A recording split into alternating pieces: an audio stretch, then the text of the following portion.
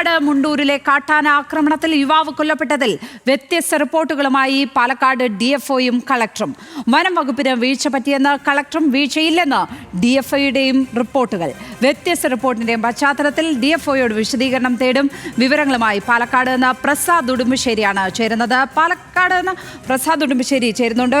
പ്രസാദ്, എന്താണ് ഈ വ്യത്യസ്തമായ റിപ്പോർട്ടുകളുടെ അടിസ്ഥാനം? എന്താണ് പുറത്തുവരുന്ന വിവരങ്ങൾ?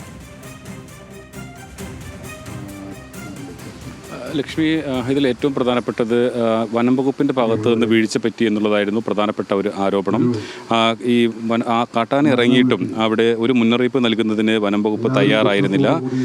ഇത് നാട്ടുകാർ വലിയ പ്രതിഷേധമുയർത്തി. ഇന്നലെ CPM ഉൾപ്പെടെയുള്ള CPM-ഉം കോൺഗ്രസും BJP-യും എല്ലാം ഇതുമായി ബന്ധപ്പെട്ട് വ്യത്യസ്ത പ്രതിഷേധ പരിപാടികൾ സംഘടിപ്പിച്ചതുമാണ്. പക്ഷേ DFO സർക്കാരിന് നൽകിയിട്ടുള്ള റിപ്പോർട്ടിൽ വനം വകുപ്പ് ഉദ്യോഗസ്ഥർക്ക് വീഴ്ച പറ്റിയിട്ടില്ല, ആന ഇറങ്ങിയ വിവരം അറിഞ്ഞിരുന്നില്ല എന്നുള്ള റിപ്പോർട്ടാണ് നൽകിയിട്ടുള്ളത്. ഇതാണ് വലിയ വിമർശനത്തിന് കാരണമായത്. മറ്റൊന്ന്, എന്നാൽ ജില്ലാ കളക്ടർ സർക്കാരിന് നൽകിയിട്ടുള്ള റിപ്പോർട്ടിൽ വനംവകുപ്പ് ഉദ്യോഗസ്ഥർക്ക് വീഴ്ച പറ്റിയെന്ന് നാട്ടുകാർ പറഞ്ഞതായ കാര്യം റിപ്പോർട്ട് ചെയ്യപ്പെടുന്നുണ്ട്. അങ്ങനെ ഒരു സംഭവവുമായി ബന്ധപ്പെട്ടുകൊണ്ട് രണ്ട് വ്യത്യസ്ത, ഒന്ന് വീഴ്ച പറ്റിയിട്ടില്ല എന്ന് വനംവകുപ്പും എന്നാൽ വീഴ്ച പറ്റിയെന്ന് ജില്ലാ കളക്ടറും റിപ്പോർട്ട് ചെയ്തിട്ടുണ്ട്. ഈ ഒരു സാഹചര്യത്തിൽ DFOയോട് കൂടുതൽ വിശദീകരണം തീരുമാനിച്ചിട്ടുള്ളത്. ഇപ്പോൾ നമ്മൾ നിൽക്കുന്നത് ഇവിടെ അമലിൻ്റെ വീട്ടിലാണ്. അമലിൻ്റെ മൃതദേഹം 9 മണിയോടുകൂടി തന്നെ സംസ്കാരത്തിനായി വീട്ടിലേക്ക് എത്തിച്ചിട്ടുണ്ട്.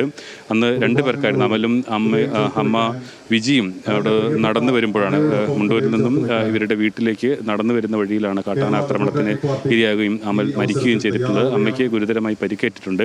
ഇപ്പോൾ അമ്മയെ ഈ സംസ്കാര ചടങ്ങിൽ പങ്കെടുപ്പിക്കുന്നതിന് വേണ്ടി തൃശ്ശൂർ മെഡിക്കൽ കോളേജിൽ നിന്നും ഇവിടേക്ക് എത്തിക്കുമെന്നാണ് ബന്ധുക്കൾ പറയുന്നത്. 1 മണിയോടുകൂടിയായിരിക്കും സംസ്കാര ചടങ്ങുകൾ നടക്കുക. പ്രസാദ് ഉടുമ്പശ്ശേരിയാണ് പാലക്കാട് നിന്നും വിവരങ്ങൾ പങ്കുവച്ചത്. ഏതായാലും 2 തരത്തിലുള്ള റിപ്പോർട്ടുകളാണ് ഈ വിഷയത്തിൽ പുറത്തു വന്നിരിക്കുന്നത്.